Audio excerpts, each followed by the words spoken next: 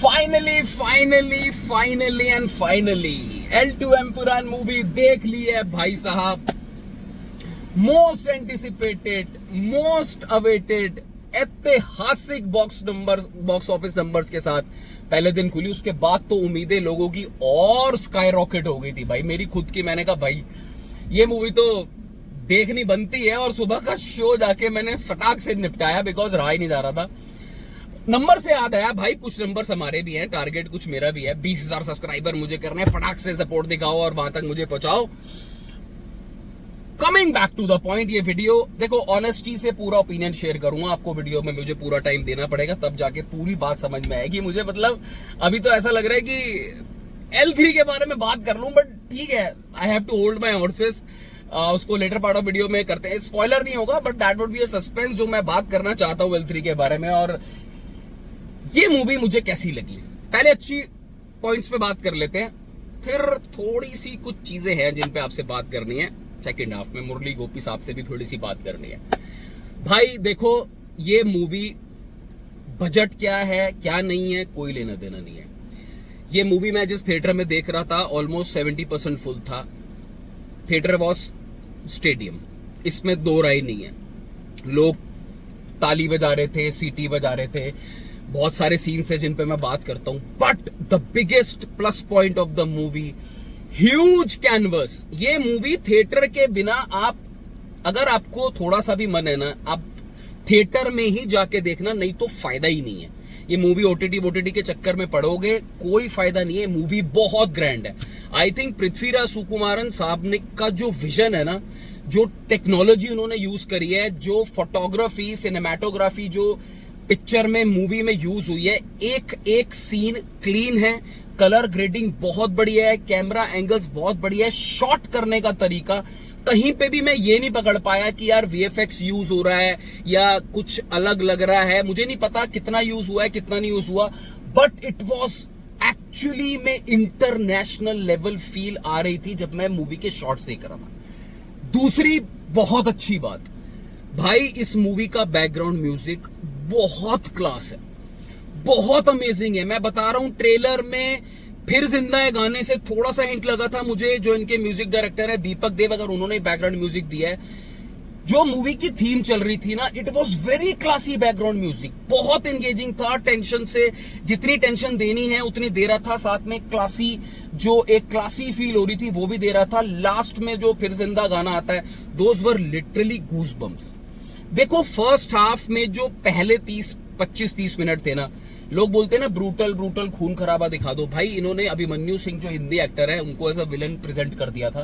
पहले 20-25 मिनट के जो सीन्स हैं, दे वर लिटरली डिस्टर्बिंग, ब्रूटल थे, एक्सट्रीमली ब्रूटल थे। मैं सच बता रहा हूं, मुझे वो खून खराबे वाले मारकाट वाले सीन से ज्यादा ब्रूटल ये ऐसे सीन्स लगते हैं। लिटरली कुछ लोगों पे टॉर्चर होता है। आप एक सीन देख के ना, एक लेडी का, आपका मन करेगा आप आंखें बंद कर लो पहले 20-25 मिनट में, तो आपकी वो हालत होगी।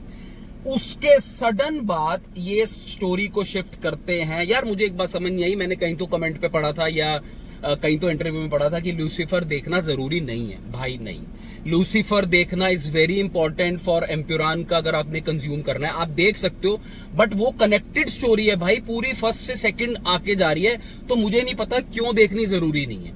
एनीवेज, केरला का पूरा पॉलिटिकल क्राइम थ्रिलर पे ये फर्स्ट हाफ में जंप करते हैं, स्टोरी को थोड़ा सा बिल्डअप करने की कोशिश करते हैं। लालटेन साहब की एंट्री नहीं होती, अगेन 1 घंटे तक नहीं होती, मैं वेट करता रहा, बट जब एंट्री हुई वो सीन इतना धांसू था, वो हेलीकॉप्टर वाला सीन, 5 से 10 मिनट के बीच में जो वो राउंड चले हैं ना, धक धक धक धक धक धक, भाई लोग तालियां पे तालियां मार रहे थे, तालियां पे तालियां। बट वो इंटरवल से आधे घंटे पहले तक आते हैं और पहले हाफ में स्टोरी बिल्डअप होती है। तो मेरा ओपिनियन ये था कि मैं मूवी को एक अबव एवरेज से गुड की तरफ जाते हुए, आउटस्टैंडिंग की तरफ जाते हुए देख रहा था फर्स्ट हाफ के अंदर, बिकॉज लालटेन की एंट्री हो गई थी और हमें क्लाइमेक्स में छोटा सा एक ट्विस्ट देखने को मिलता है कि भाई जो आपको हुक करके रखता है कि अब सेकंड हाफ में होगा क्या। सेकंड हाफ में जो स्टोरी है वो फर्स्ट हाफ से बेटर तरीके से पेसिंग में चलती है।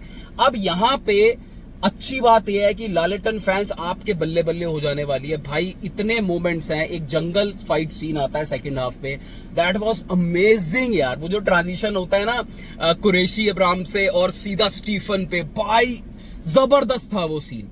मूवी एंड में आपको उस हुक पे छोड़ के जाती है जहां पे आप L3 का वेट करते हो। बट उससे पहले मैं आपको एक बात बता दूं, इस मूवी में जिसके हाईलाइट करना चाहूंगा भाई साहब, उनकी जो बेटी है प्रियदर्शनी। देखो मूवी रिवॉल्व अराउंड होती है इसी कॉन्सेप्ट पे कि उस गद्दी पे कौन बैठना चाहता है। यहाँ पे विलन दो भाई बहन एक दूसरे से लड़ रहे हैं, इतना मैं आपको बता देता हूं, उसमें कोई स्पॉइलर नहीं है। रामदास के छोटे बेटे और प्रियदर्शनी, भाई प्रियदर्शनी का रोल बहुत अमेजिंग है, बहुत कैप्टिवेटिंग था। जो वो हैंडकफ वाला सीन था, वो जिस तरीके से उनको प्रेजेंट किया, दैट वाज सुपर्ब। मोहनलाल साहब का कुछ लोगों को शिकायत हो सकती है कि लेट एंट्री हुई, बट जब जब उनकी एंट्री हुई you will feel the presence of Mohanlal even if he is not on the screen. Lalettan की एंट्री के ऊपर बहुत काम किया गया है। पृथ्वीराज सुकुमार साहब ने पूरी जान फूंक दी, म्यूजिक से लेके उनके सीन से लेके। बट अच्छी बात यह है मूवी में कि सिर्फ उन पे फोकस नहीं किया गया, it is equally distributed among all characters. ये कॉम्प्लेक्स वेब ऑफ टाइप में चलेगी, हर कैरेक्टर आपको कुछ कुछ स्टोरी आगे दिखेगी। देखो एक चीज मैं मुरली गोपी साहब से कहना चाहूंगा कि एक मुझे छोटे से जो 2-3 नेगेटिव लगे वो ये लगे कि स्टोरी को और कॉम्प्लेक्स करके ना, इस तरीके की क्राइम पॉलिटिकल थ्रिलर को और कॉम्प्लेक्स करके और ट्विस्ट करके इसको देखने में विजुअली बहुत ग्रैंड थी, आपको बिल्कुल थिएटर वाली फील देगी, आपको बिल्कुल लगेगा कि सिनेमा में मिस नहीं कर सकता थिएटर में। बट स्टोरी पे थोड़ा सा और ग्रिपिंग बनाने के लिए काम किया जा सकता था। कुछ ऑडियंस ऐसी हो सकती है जिनको फर्स्ट हाफ थोड़ा सा स्लो लगे, मैं कंज्यूम कर लेता हूं, मुझे नहीं लगा, मुझे ड्रामा पार्ट लगता है कि थोड़ा सा बिल्डअप होने में टाइम लगे।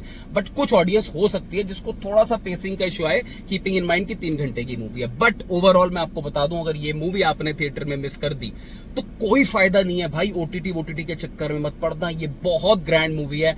और लूसीफर L3 के बारे में जो लास्ट में मैं कहता हूं 1 और 2 को भूल जाओगे, जो L3 के एंड क्रेडिट में जो सीन्स दिखाए हैं, कुछ ऐसा लगा है कि बहुत नेक्सस की आपस में कुरैशी अब्राहम और देना नहीं चाहता, आपस में बहुत तगड़ी वॉर होने वाली है, L3 में देखने को मिलेगी। ओवरऑल ये मूवी मेरे लिए विनर साबित होती है। मैं जरूर मुरली गोपी साहब से बोलूंगा कि सीन स्ट्रॉन्ग थे, बट थोड़ा सा और ग्रिपिंग और थोड़ा सा ट्विस्ट और मारना था यार।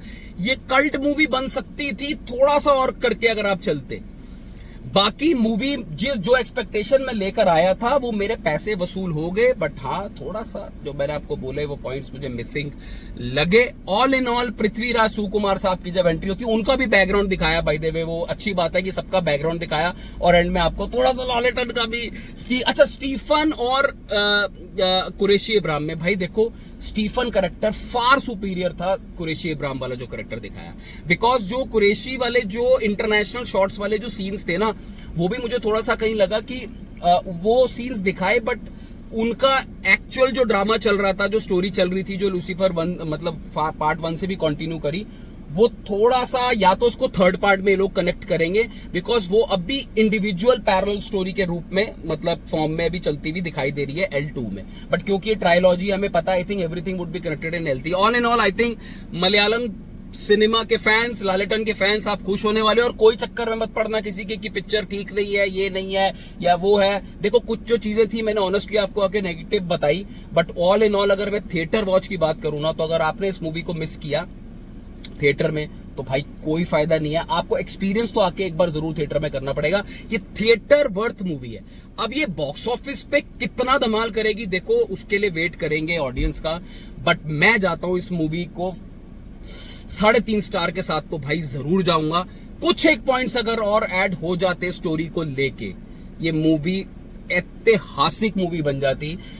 अमूमन मलयालम सिनेमा से इसमें सारे वो एलिमेंट्स हैं, हिंदी का यूज है, पता नहीं वो मलयाली ऑडियंस के साथ कैसे जाएंगी ये सब चीजें, बट मलयालम सिनेमा ने बाउंड्रीज को ब्रेक करके ये पूरी कोशिश करी है कि एक ऐसा प्रोडक्ट बनाया जाए जो कभी भी मलयालम सिनेमा में ट्राई नहीं हुआ है। ये बहुत अच्छा स्टेप है उनका पैन इंडिया लेवल पे रखने का।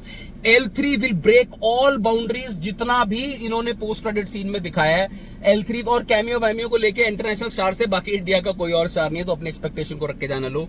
मेरे लिए ये मूवी होती है विनर साबित। मैं एंजॉय करके आया। वन वर्ड अगर मैं कहूं तो I was fully entertained with some थोड़ा सा बीच में मुरली गोपी साहब से थोड़ा और ग्रिपिंग हो सकती थी। All in all I think box office records टूटने वाले हैं। अब कितने टूटने वाले हैं वो थोड़ा सा पब्लिक का रिस्पॉन्स देखना पड़ेगा। मेरी तो पर्सनल राय में मैंने बहुत इंजॉय किया इस मूवी में। Lalettan fans, you are going to rock. आप मजे करो। मलयालम सिनेमा के फैंस, आपकी मूवी बहुत अच्छी जाएगी, ये तो मैं जानता हूं।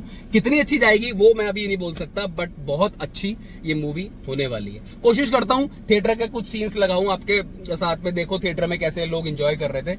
बाकी वीडियो पसंद आए लाइक करना, अपनी राय कमेंट सेक्शन पे जरूर छोड़ना और सब्सक्राइब करके जरूर जाना। Take care, bye bye.